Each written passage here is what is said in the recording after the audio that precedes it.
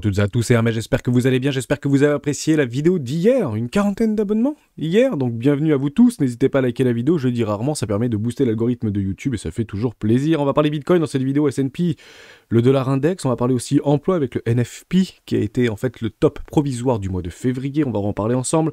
BCE augmentera probablement ses taux de 0,50 points, donc à 3,5, et investing.com n'est pas d'accord d'ailleurs avec ça. On va le regarder ensemble, toujours souriant. Kraken, banque, élection, on en parle maintenant.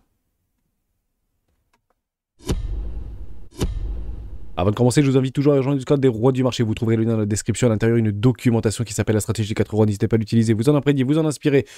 Pour vous aussi, trouver votre propre style d'investissement, que ce soit sur le court, moyen ou long terme. On va commencer tout de suite avec Bitcoin. Il ne se passera probablement rien lundi, il ne s'est strictement rien passé. Lundi, même pas de la chasse à la liquidité, on n'est pas parti chercher des précédentes petites poches de liquidité qui se trouvaient un peu plus au nord, ou des poches de liquidité qui se trouvaient un tout petit peu plus au sud, voire d'aller chercher un précédent bottom provisoire, entre guillemets, par rapport à ce dip sous les 22 000 $. On attendra des chiffres aujourd'hui au niveau de l'emploi, on attendra aussi le discours à 16 h de Jérôme Powell. C'est exactement ce qu'on avait énuméré hier dans la vidéo, mais on va aller un tout petit peu plus loin. Donc pas plus de choses à dire, on est toujours dans une zone de rechargement d'achat très court terme, on peut potentiellement essayer de suivre la tendance, on peut aller chercher un petit peu de liquidité, ce sera très catalysé, probablement une journée volatile par rapport au discours de Jérôme Powell, et un peu plus tard, donc ce sera le 10, dans 3 jours, il y aura le chiffre de l'emploi et la création d'emplois aux États-Unis. On va en parler très rapidement de ce taux d'emploi, c'est juste ici, création d'emplois du secteur non agricole. C'est important de le souligner puisque ça a été en fait le top du mois de février. Pour information, on avait un consensus aux alentours des 189 000 me semble-t-il, et finalement c'est sorti à 517 000, donc ça a beaucoup surpris de personnes et beaucoup d'économistes et beaucoup d'analystes financiers. C'était quoi le compte? Voilà, 185 000 au niveau du consensus, c'est sorti à 517 000.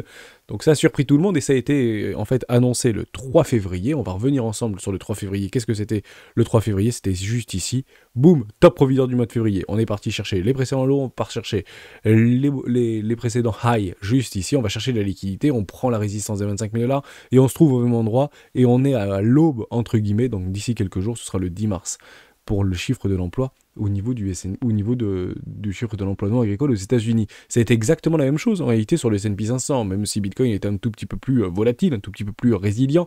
Il nous a même fait un nouveau high, c'était toujours intéressant pour suivre cette tendance. On est parti chercher des clusters de liquidité et taponner au niveau des résistances, je vais dire majeures, des 25 000 $ précédentes, et ça a été exactement la même chose au niveau du S&P 500, 3 février, top provisoire.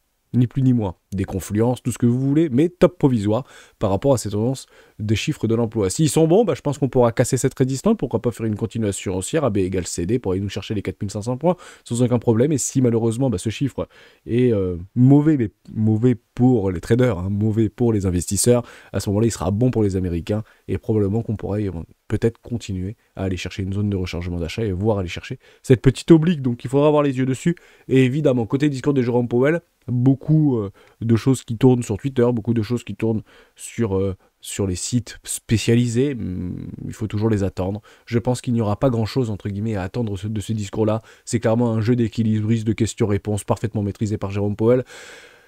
Mais je réponds quand même à une question. Et une question, je pense, qui est relativement importante pour nous tous. C'est par rapport à cette fameuse remontée des taux. Est-ce qu'il va dire qu'il continue à remonter les taux? La réponse est oui, puisqu'il le dit tout le temps, il va continuer à augmenter les taux. Par contre, il a dit qu'il augmentait les taux de façon moins agressive. 0,75 points est beaucoup trop, 0,50 et on est passé à 0,25. En réalité, si on repousse à 0,25 points, donc le 22 mars prochain, ou qu'on repousse de 0,50 points, en réalité, c'est pas le problème. Il faut pas se braquer par rapport à ça. C'est pas parce qu'on a un 0,25 points que c'est bull, c'est pas parce qu'on a 0,50 points que c'est bear. Il faut juste savoir c'est quoi l'atterrissage. Et c'est ça que Jérôme Powell doit nous donner comme visibilité. Est-ce qu'on va s'arrêter à 0,25, 0,50 comme le consensus l'annonce? À ce moment-là, le marché ne sera pas déçu. Est-ce que finalement, il devrait peut-être pousser jusqu'à 0,50, 0,75, voire 0,75, 6, voire au-dessus des 6 au niveau d'un taux d'atterrissage, si cela semble nécessaire? Et c'est en réalité dans cette configuration-là qu'il faudra le prendre. Il faut qu'on trouve, et il faut qu'il nous dise explicitement, même s'il le fera très probablement pas, il faut qu'on essaye de percevoir une forme d'atterrissage. Voilà, un niveau qu'on ne dépassera plus et que le consensus sera d'accord pour dire on ne les dépassera plus. Parce qu'actuellement, il n'est pas d'accord le consensus. 40%, 37%, 11%, ici 39%, 37%, ici 36%, 25%. Honnêtement, on n'est pas vraiment d'accord au niveau de l'atterrissage.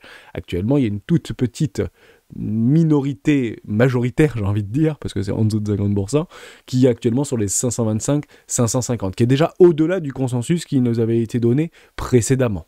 Hein, il y a quelques mois en arrière, on était plus près sur les 4,75, voire 5, 5,25 grand maximum. Ça a beaucoup bougé, ça a beaucoup traîné, j'ai envie de dire. Et finalement, maintenant, on arrive à un atterrissage. Et le mois de mars était depuis très longtemps un des mois les plus importants qui nous donnera toute la visibilité jusqu'à la fin de l'année 2023. Ça, je pense que c'est vraiment déterminant.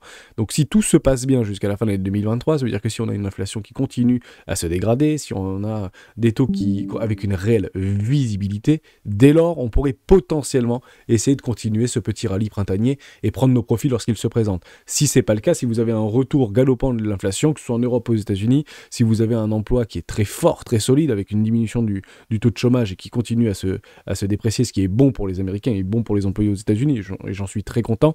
Mais à ce moment-là, malheureusement, on aura peut-être une continuation de consolidation et pas forcément de breakout ou de directionnel réel, tout simplement. Ça, c'est, je pense, que vraiment quelque chose de très important qu'on devait énumérer ensemble. Je vous l'ai dit aussi, le lundi sont rouges depuis des semaines, et ça n'a pas fait exception. Bah, la bougie de lundi hier était rouge, que ce soit sur Bitcoin, que ce soit sur S&P 500, que ce soit sur les DXY, bien que nous avions une jolie petite montée pour le coup. Hein. On est venu jusqu'à, on va le reprendre ensemble, mais on est monté de quasiment 1%, et puis on a tout ravalé, pareil sur le Nasdaq, on est bien monté ici, puis on a tout ravalé, bougie rouge, ok, pas de problème avec ça. Vous avez une super percée de coin, ça c'était très intéressant, j'ai essayé de regarder la news, j'ai pas vu la news, mais on a commencé, je sais plus où est-ce qu'on a commencé. Ouais, on a dû peut-être commencer là. On a fait une percée de 8%, et puis derrière on ravale tout, et on finit finalement du top au bottom, en finit la bougie à moins 10%. Donc j'ai dit, qu'est-ce qui se passe chez Coin? En fait, il se passait strictement rien, pure chasse à la liquidité. On a un joli triangle de contraction, et vous connaissez les patterns de triangle de contraction, que ce soit sur le RSI, nos indicateurs préférés, le MACD ou le prix, la résolution est tendanciellement haussière. Pourquoi? Parce que nous avons des formes de retournement, des W weekly qui se sont positionnés avec des avalements haussiers, avec des arrachements haussiers. Donc généralement, si les nouvelles ne sont pas forcément bonnes, mais sont dans le consensus, à ce moment-là, la direction sera très probablement haussière et on pourrait avoir des extensions en AB égale CD. Ce sont des extensions qui sont parfaitement simples à énumérer. Voilà, AB égale CD. Et est-ce que j'aurai est-ce que je prendrai un TP là-dessus? Ouais, c'est pas impossible que je prenne un TP juste au-dessus du précédent high ici, pour le coup, parce que l'investissement, à mon avis, je prendrai un TP. En tout cas, je prendrai une toute petite part de ma position sur Coin et potentiellement je rechargerai sur des précédents dips. Voilà un petit peu mon plan, si vous voulez, sur des actions. C'est très proche de ce que je fais sur des cryptoactifs. Mais voilà, à partir des 100$, hein, on va prendre un petit TP. On va pas être trop gourmand chez les rois du Bitcoin. Donc c'est ceux qui sont potentiellement comme moi investis en dessous des 50$. Bah, sur les 100$, il serait peut-être intéressant de décrocher, en tout cas de prendre un petit bénéfice pour éviter toute forme d'émotion ou toute forme de stress. C'est ce que je fais très régulièrement. Pas plus de choses à dire. Peut-être une toute petite chose au niveau de UKWall, au niveau du Brent, au niveau du pétrole. C'est toujours la même chose. On commence à voir que les Saoudiens shortent leurs propres positions, enfin shortent des positions actuellement sur la création, sur le baril, entre guillemets. Donc, eux, ils sont peut-être en train d'essayer de se couvrir d'une récession et d'une chute au niveau de la demande. Donc, il y a deux possibilités, soit une chute de la demande, soit une explosion au niveau des barils. Hein. S'ils peuvent très bien, je sais pas moi, ils vont augmenter de 40% la production, et probablement que ça va tomber. C'est généralement pas ce qui va se passer. Et je pense qu'il y a potentiellement un risque de récession et un risque de baisse au niveau des envois des barils, enfin, comme on dit ça, au niveau de la création des barils ou du nombre de barils exportés. Et à ce moment-là, c'est très typique en réalité d'une baisse très forte de la demande, parce que les matières premières sont généralement en avance sur les récessions. Donc vous regardez les principales matières premières, gaz, pétrole, fer, aluminium, etc. Si vous voyez que ça commence vraiment à être dans une dynamique baissière, et nous sommes actuellement dans une dynamique baissière, si on craque les précédents lots, partez du principe qu'il va falloir réellement se couvrir de pas mal de choses et prendre des profits vraiment lorsqu'ils se présentent, parce que ce ne sera pas très bon signe, pour être tout à fait honnête avec vous. Si l'économie est forte, s'il y a là beaucoup de demandes, il faut bien évidemment que ce soit haussier. S'il y a une demande ou une création constante ou une libération constante au niveau du baril. Tout simplement, hein, ni plus ni moins, mais actuellement, on consolide. Les Chinois aident bien par rapport à ce prix du baril, hein, puisqu'ils ont rouvert leur économie, et plutôt en grande pompe. Donc ça maintient les prix du baril relativement hauts, et sous les 100$ ou au-dessus des 80$, potentiellement tout le monde est content. On a un atterrissage aux alentours des 60 $. Si on vient à craquer les 60 $, ce sera vraiment pas bon pour l'économie et je pense qu'on se plongera relativement fortement et brutalement dans une récession et on déclenchera pas mal de bulles, notamment bulles immobilières américaines, voire européennes, même si ça fait des années qu'on en parle. On va bien sûr en parler et continuer un petit peu dans ce sens-là au niveau de cette vidéo. J'espère que j'ai été clair, j'étais un petit peu spectateur de ce que j'étais en train de regarder. Je m'en excuse par rapport à ça. Perspective au niveau de la BCE, 0,50 points, donc 3,5% à l'atterrissage. Donc ce sera la semaine prochaine. Je pense pas qu'il y aura semaine prochaine ou semaine d'après, je crois. Oui, c'est semaine prochaine, me semble-t-il. Donc pas de surprise, sauf que Investing nous dit qu'il y a un consensus, une prévision de 3. Donc je pense qu'il y a une petite erreur parce que Trading économique nous propose un 3,5 et Investing propose un 3. Donc ne regardez pas toujours potentiellement le même site, essayez de regarder un petit peu à droite à gauche, mais vous avez beaucoup d'informations qui se recoupent, bien évidemment, par rapport à ça. On parle de la création. Au niveau de la création de pôles aux États-Unis, je reviens par rapport à ça, parce que je pense que c'est vraiment capital. Et je vais vous donner un tout petit relais par rapport à ce qui s'était passé en France. Il faut savoir qu'en France, un nombre de créations d'emplois inédit depuis les années 2000. Donc l'année 2022 est une année record. Et d'ailleurs, Elisabeth Borne, Emmanuel Macron se gargarisent de ça. Et Bruno Le Maire, le ministre de l'économie, s'en gargarise. Et beaucoup de membres du gouvernement, vous pouvez bien sûr l'imaginer. Et ça a été la plus belle année en termes de création d'emplois dans le tertiaire, dans le service, un tout petit peu moins dans l'agricole pour le coup, un tout petit peu moins aussi au niveau de l'industrie, mais on commence à potentiellement essayer de réindustrialiser. C'est pas le cas des Espagnols qui ont vu un chevron espagnol partir en dehors de leurs frontières. C'est un drame d'ailleurs en Espagne, si vous suivez un petit peu l'actualité. C'est vraiment dommage. J'espère que le gouvernement aura suffisamment de poids pour garder en tout cas et conserver ces emplois-là en Espagne. On repart en fait dans les années 2000, et qu'est-ce qui s'était passé dans les années 2000 lorsqu'il y a eu des créations d'emplois records? On repart sur le CAC 40, c'est extrêmement limpide, c'est le crack. Hein, ni plus ni moins, c'était le crack en fait, c'était le top historique au niveau du CAC 40. D'ailleurs, on fait un nouvel ATH hier, hein, bravo au CAC 40. Mais c'était là, hein, année record, année 2000, crack derrière. Et d'ailleurs, beaucoup disent qu'on a eu le crack des années 2000, c'est la bulle des cracks de tout le monde. On en avait déjà parlé. En fait, le crack des années 2000, c'est plein de choses. 2001, 11 septembre, début potentiellement d'une troisième guerre mondiale, guerre en Irak en 2003, juste avant ça, guerre en Afghanistan. Vous aviez également l'explosion de la bulle immobilière aux États-Unis, hein, c'est également en fait dans les années 2000. Donc en réalité, des cracks sans précédent, c'est une succession de problèmes sans précédent. Voilà, c'est ça en fait la réalité. C'est que tous les problèmes s'accumulent, s'additionnent de façon exponentielle. Elles ne s'additionnent pas d'ailleurs, elles se multiplient entre elles, on a l'impression. Donc ça vient de là, ces gros crashs. Est-ce qu'on est à l'aube de quelque chose comme ça? C'est pas impossible, puisqu'on a des indicateurs qui sont relativement proches de ce qu'on est en train de vivre aujourd'hui, ce qu'on vivait déjà dans les années 2000. Et c'est là où en fait vous commencez à comprendre que tous ces grands analystes, grands économistes américains nous expliquent qu'il y aura l'éclatement de la bulle de toutes les bulles, de la mer de toutes les bulles, pire que 1929. Parce qu'on est en train d'actionner à des niveaux jamais atteints précédemment, sur les 20 dernières années, avec une situation économique extrêmement instable, bien évidemment, avec une épidémie qui a fait beaucoup de mal et des dettes et des taux d'emprunt qui sont de plus en plus hauts, avec une inflation qui est de plus en plus haute et qui n'est bien évidemment pas tenable dans le temps. Donc, on peut potentiellement essayer d'entrevoir un risque relativement important d'un point de vue mondial et planétaire par rapport à ce qui pourrait arriver dans les prochains mois, peut-être prochaines années, mais n'ayons bien évidemment pas raison trop tôt, puisque si vous êtes déjà dans ce narratif-là, CAC 40 a déjà fait un nouvel ATH. Voilà, c'est ça la réalité. Et il fait de nouveaux ATH sur de nouveaux ATH. Donc n'ayez pas raison trop tôt. Par contre, prenez vos profits lorsqu'ils se présentent. Exposez, oui, surexposez, non. Terminez CAC 40, et puis peut-être qu'il y a une forme de distribution qui va se mettre en place. En tout cas, c'est clairement ce qu'on espère. Une forme de distribution. On continue sur pas mal de petites news qui sont extrêmement pertinentes. GBTC, je crois que c'est aujourd'hui. Hein. Effectivement, ça a été dit dans les commentaires. Je l'ai repris ici par rapport à Grayscale, donc il sera devant les juges. C'est la première fois qu'il se rendra devant un juge pour s'expliquer par rapport au conflit qui oppose GBTC à la SEC. Et très intéressant de voir les tenants aboutissants. Personne n'est blanc, bien évidemment, hein, dans cette histoire-là. Donc ce sera très intéressant d'en avoir les retours et j'espère qu'on le partagera très prochainement. Une news très intéressante. Amazon et les cryptos, NFT gaming prévus pour le mois d'avril. Donc c'est pas quelque chose, enfin c'était ici la news du 6 mars, Amazon annonce sa boutique de NFT et ses premières collections. Donc on a l'impression que c'est nouveau. Non, 6 mars et puis vous l'aviez avant, 26 janvier 2023. Donc ça fait déjà plusieurs mois que c'est annoncé. Dès lors, on va essayer de se rapprocher de comment on peut potentiellement en profiter.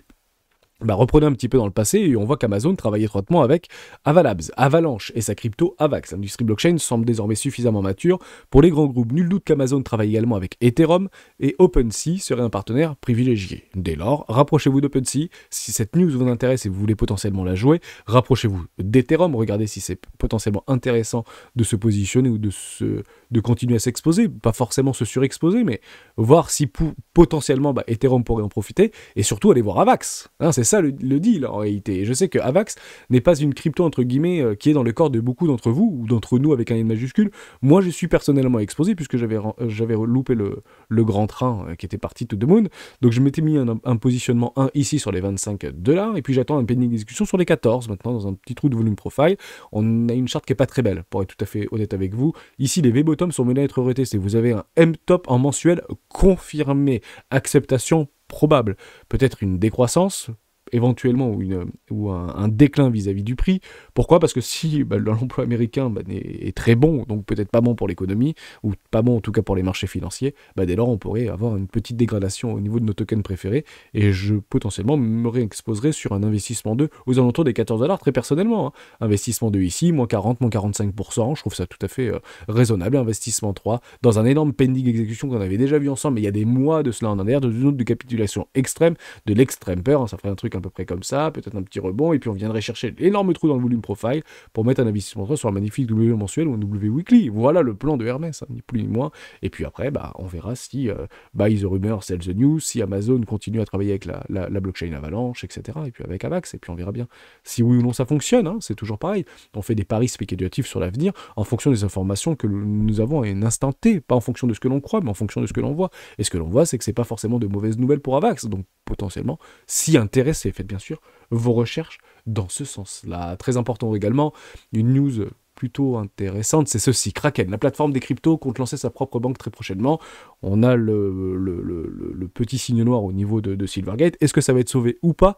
Parce que pour le coup, de façon avec un petit peu de bon sens, vous vous dites qu'aujourd'hui, racheter Silvergate, c'est quand même pas... c'est beaucoup moins cher qu'il y a encore 2 ans en arrière, c'est 20 fois moins cher qu'il y a 2 ans en arrière.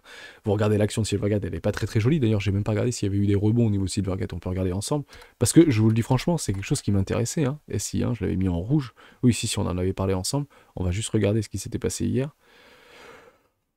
Ok, bon, on va attendre une petite consolidation, mais la moindre news, vous le savez, la moindre news de, je sais pas moi, Kraken s'intéresse à Silvergate, boum, ça peut faire un truc comme ça. Soyez complètement rassurés par rapport à ça. Alors ça fera probablement un truc comme ça, et puis derrière, ça fera probablement un truc comme ça, évidemment. Donc c'est vraiment, on peut éventuellement entreprendre beaucoup de volatilité, des formes d'exécution, un petit peu des choses comme ça en fait, que vous avez là, boum, à la hausse, à la baisse, boum, à la hausse, et puis finalement ça consolide. Là, on a reperdu 50%, parce que c'est un petit peu dans l'œil des démons. On espère qu'ils vont pouvoir trouver une solution vis-à-vis de leur K10. Mais pour l'instant, c'est clairement pas le cas et on n'a pas de nouvelles vis-à-vis de la situation de Silvergate. Donc soyons attentifs par rapport à ça, mais ça peut être quelque chose qui peut être rachetable, si vous voulez, pour un Binance, même si petit problème avec la SEC actuellement et avec notamment les États-Unis, mais ça peut être intéressant peut-être pour Circle, ça peut être intéressant pour Coinbase, ça peut être peut-être intéressant pour plein d'échangeurs, et notamment Kraken.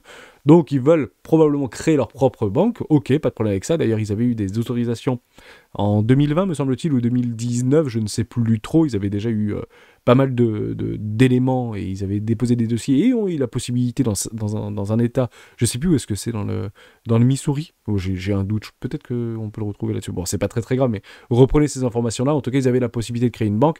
Par contre, moi, je vous invite à regarder quelque chose de peut-être un petit peu différent, parce que ça tourne beaucoup et on se fait peut-être une idée un petit peu précoce par rapport à cette situation-là. Moi, ce qui me fait peur, c'est pas forcément de créer des banques, parce que finalement, Binance le dit depuis tout le temps, il va créer des banques, il va racheter les banques, et finalement, ils vont se détourner des grandes banques systémiques et peut-être créer d'autres banques systémiques, mais plutôt sur les technologies blockchain et cryptoactifs, et je pense. Je ne sais pas si c'est une bonne nouvelle ou une mauvaise nouvelle, mais partez du principe que ce sera très probablement très centralisé. C'est ça, moi, qui m'interpelle. Concernant la réglementation dans le secteur macro-satorique, a déclaré que cette répression n'était pas conspirationniste. Ok, donc pas de problème entre la SEC et les échangeurs crypto. ma foi. Toutefois, il aimerait que cette répression dans le secteur de la crypto ne devienne pas un moyen de galvaniser les foules en vue des prochaines élections présidentielles dans le pays. Est-ce que tout ceci ne serait pas finalement que manipulation ou petits arrangements? Pourquoi? Parce qu'en réalité, si on revenait un petit peu dans la cyclicité du Bitcoin, est-ce que Satoshi Nakamoto ne nous aurait pas fait une petite blague? Pourquoi? Parce qu'en réalité, à chaque fois que vous avez une élection présidentielle, en novembre, et ben vous avez l'halving très peu de temps après. Juste là, vous avez novembre 2012, halving du Bitcoin. Vous avez ici, on repart un petit peu dans le présent, vous avez ici novembre 2016, et ben vous avez un halving juste là, moi je sais même plus il est où mon halving, et ben il est là mon halving, voilà, halving numéro 2, ouais, je le voyais pas derrière tous ces trucs là. Halving numéro 2 c'était en juillet 2016. Vous avez ici halving 2020, mai 2020, et ben vous avez les élections présidentielles de novembre 2020. Et vous avez maintenant, ce qui est très intéressant, un halving en mars, avril, mai 2024, je crois que c'est avril 2024 me semble-t-il, ou fin mars 2024, et vous avez les élections américaines en novembre 2024. La cyclicité du Bitcoin suit la cyclicité des élections américaines, tous les 4 ans. Je trouve ça très rigolo. Et c'est très marrant de l'observer, pourquoi? Parce que l'élection pile de Joe Biden, ce serait potentiellement un fin de cycle haussier, voire un top définitif, par rapport à novembre 2024. Vous vous rappelez, si on reprend en fait la cyclicité du marché du Bitcoin, je vais juste le reprendre ici. Ici en jaune, c'est bear market, rouge, bull market. Jaune, bear market, rouge, bull market. Jaune, bear market, rouge, bull market. Et on y est, d'ailleurs, on l'a bien commencé. On avait fait une vidéo, ça fait toujours rire beaucoup de membres du Discord qui me disent c'est incroyable comment t'avais raison. Non, j'ai juste regardé et c'est même pas des mathématiques, hein, c'est des flèches en réalité, c'est des dates. Et effectivement, je vous avais donné, mais je crois qu'il y a peut-être 1 an en arrière, la date et le bottom du Bitcoin, et c'est pas passé très très loin pour le coup, si le bottom est définitif, hein, bien évidemment, on ne connaît pas l'avenir, mais je trouvais ça très intéressant que cette cyclicité est parfaitement respectée. Enfin, c'est à chaque fois, moi je trouve ça très rigolo, c'est tellement de bon sens, et ça paraît tellement simple, que des fois on se pose la question pourquoi on a autant d'émotions sur ce marché. Mais vous avez en fait potentiellement un début de cycle, très probablement volatile, avec des hauts, avec des bas, le marché ne fait pas que monter, n'est pas unidirectionnel, vous avez l'halving juste ici, vous avez l'élection de Joe Biden. Est-ce que oui ou non, la SEC, les gouvernements et les politiques aux États-Unis vont commencer à galvaniser les foules autour d'un point de vue électoraliste par rapport aux technologies, aux cryptos si vous voulez, parce que si en France on part du principe qu'il y a à peu près 1 million de personnes qui détiennent de la crypto et le sait. 1 million de personnes. 1 million de personnes, ça correspond grosso modo à 3-4%, j'ai envie de dire 3-4% de la population active en âge de pouvoir acheter des cryptos, puisqu'il faut être majeur. Aux États-Unis, c'est le triple, hein, voire le quadruple. Il faut le savoir. Donc il y a beaucoup d'Américains en fonction de sa population. Hein. Donc ça veut dire que si vous prenez 1 million, en fait, vous le multipliez par 4 et vous remultipliez par 4 derrière. C'est quand même pas mal d'Américains qui disposent de la crypto-monnaie. On parle presque de 15 voire 20% des Américains qui détiennent des crypto-actifs aujourd'hui sur le sol américain. Donc est-ce que ça va être potentiellement un acte, si vous voulez, électoral ou des promesses de campagne? En fait, c'est quasiment une certitude absolue. Donc en gros, la SEC peut emmerder le monde, sans mauvais jeu de mots, jusqu'à l'halving 2024 ou jusqu'à l'élection de 2024, même si c'est indépendant, même si c'est tout ce que vous voulez, ça reste quand même une institution américaine qui est payée par l'État américain et qui a probablement des idées derrière la tête, et ce que eux ont par rapport à nous, peut-être petit portefeuille, c'est du temps. Eux ont beaucoup de temps en réalité, et 2 ans c'est rien du tout hein, dans la vie effectivement des États-Unis ou de la vie d'un pays ou d'une institution, comme vous pouvez bien sûr l'imaginer. Pas plus de choses à dire par rapport à ça que peut-être news très catalysante probablement dans les prochains mois et prochaines années. On va revenir un petit peu en arrière. Ici, le CBDC chinois aura bien une date d'expiration. On en avait parlé dans un live précédent. En fait, les CBDC peuvent être, c'est un peu comme l'Angleterre qui avait mis, j'avais dit ça sur l'Angleterre ou sur le Royaume-Uni il y a peut-être 1 mois en arrière ou 1 mois et demi en arrière, c'est soit vous les dépensez, soit vous les perdez en réalité. C'est un petit peu ça l'idée. Donc oui, il y aura très probablement aussi en Chine une date d'expiration sur les CBDC, donc si vous les avez, il faudra les dépenser. Ça permet de faire circuler la monnaie, ça permet de créer de la croissance, ça permet de créer de la richesse, hein, c'est toujours la même chose, mais ça permet aussi de vous asservir. C'est ça qui est important, puisque celui qui contrôle l'argent et celui qui détient l'argent détient aussi le pouvoir, que ce soit directement ou indirectement. Donc difficile de détenir indéfiniment vos yuans numériques, à partir du principe que, posez-vous juste cette question-là, vous avez 3 ans de salaire devant vous sur votre compte en banque. Vous vous sentez quand même mieux que si vous avez que 1 mois de salaire devant vous sur votre compte en banque. Hein, le moindre pépin qui vous arrive, bah, c'est pas très agréable. Donc j'imagine qu'on ne devra pas dépenser nos yuan numériques, on ne devra pas dépenser nos livres sterling numériques au bout de 3 semaines ou un mois. Je pense que ce sera peut-être en 5 ans ou en 10 ans. Mais l'idée même de faire fructifier sur le très long terme, en tant que bon père de famille, sur notre petite écurie ou sur les livrets A, ne sera clairement pas possible, voire interdit sur les CBDC. Et si c'est interdit, mieux encore, vous n'aurez tout simplement pas le choix parce que dans le code même, il pourra en fait être écrit sur des smart contracts que bah, vous les perdez tout simplement ou qu'ils brûlent, j'en sais rien, ou automatiquement ils sont plus utilisables ou ils sont bloqués ou ils iront directement sur une adresse burn qui sera plus réutilisable. Enfin, on peut imaginer ce qu'on veut en réalité dans un smart contract. Vous comprenez un petit peu l'idée, donc c'est clairement pas une très bonne nouvelle, en tout cas pour le peuple mondial qui choisirait d'imposer en réalité, ou ces pays qui choisiraient d'imposer ces cryptos de banque centrale numérique. Faites-vous votre propre idée, mais le seul rempart à ça, c'est Bitcoin. Il n'y a pas de... C'est pas toutes les cryptos, c'est Bitcoin sera le principal rempart à ça. On fera un live dans ce sens-là d'ailleurs. On ira très loin dans le live de vendredi et j'espère que vous serez très nombreux. Blackstone fait défaut sur une créance adossée à l'immobilier commercial en Finlande. Alors, l'immobilier commercial, que ce soit en Finlande ou partout dans le monde, a pris un sacré coup avec l'émergence du télétravail, etc. Hein, de plus en plus d'entreprises et de grosses entreprises font du télétravail, donc c'est difficile de faire du télétravail quand vous travaillez chez les Galeries Lafayette, vous pouvez bien sûr l'imaginer, mais c'est un peu plus facile quand vous avez dans des énormes buildings et que vous avez de moins en moins besoin d'espace de bureau, si vous voulez. Les bureaux se rétrécissent ou les bureaux sont des bureaux maintenant partagés. Peut-être que vous le vivez au sein de votre entreprise. Et automatiquement, si vous dénoncez le contrat, ou dénoncez le bail, eh ben vous avez tout à fait le droit. Généralement, c'est du 369 en France. Je ne sais pas trop comment ça se passe aux États-Unis. Je pense qu'aux États-Unis, si au bout d'une semaine, vous pouvez vous barrer, vous faites ce que vous voulez, vous payez plus. Bah, c'est un petit peu difficile, entre guillemets, de se faire payer le loyer. Dès lors, eh ben, il y a une première obligation, une créance adossée à l'immobilier commercial en Finlande qui n'a pas été acceptée. C'est quand même un gros bébé, hein, Blackstone. Hein. Blackstone, c'est quasiment 1000 milliards de dollars sous gestion. C'est quand même pas rien. On parle ici de titrisation et de tout ce que vous voulez. On parle de 1 demi-milliard de dollars qui n'a pas été honoré. C'est beaucoup. Ça peut être des toutes petites étincelles qui peuvent faire basculer un marché et potentiellement avoir ce qu'on appelle des risques systémiques. C'est clairement ce qui s'est passé avec FTX. Hein. FTX, boum, dans les répliques plusieurs mois après, vous avez Silvergate, par exemple. Bien qu'il nous avait clairement expliqué qu'il n'avait pas du tout été impacté. Et bien évidemment que personne n'est impacté par Blackstone. Partez du principe qu'il y en a qui sont impactés par rapport à Blackstone.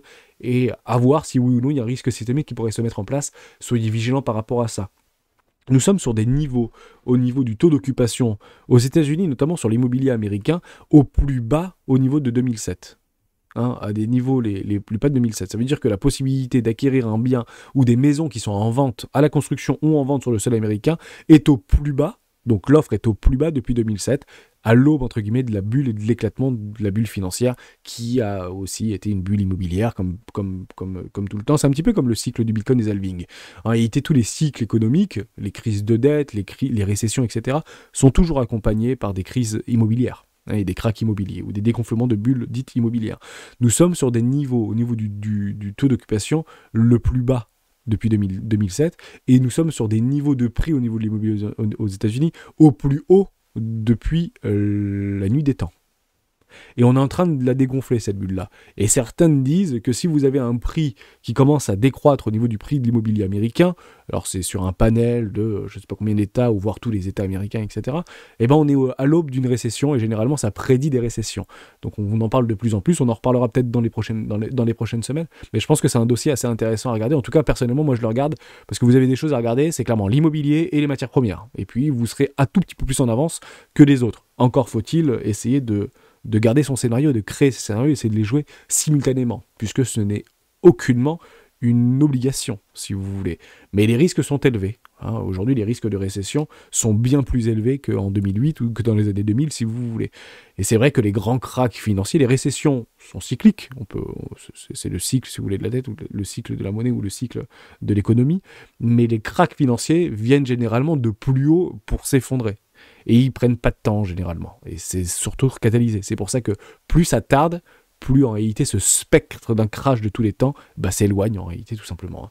Mastercard lance une carte de paiement crypto pour les utilisateurs du Web.3. C'est un petit partenariat qu'ils font d'ailleurs avec je sais plus quel partenaire, je sais plus c'était quoi la révolution crypto, bon bref, avec l'USDC, formidable, voilà, Inverse, bon, formidable.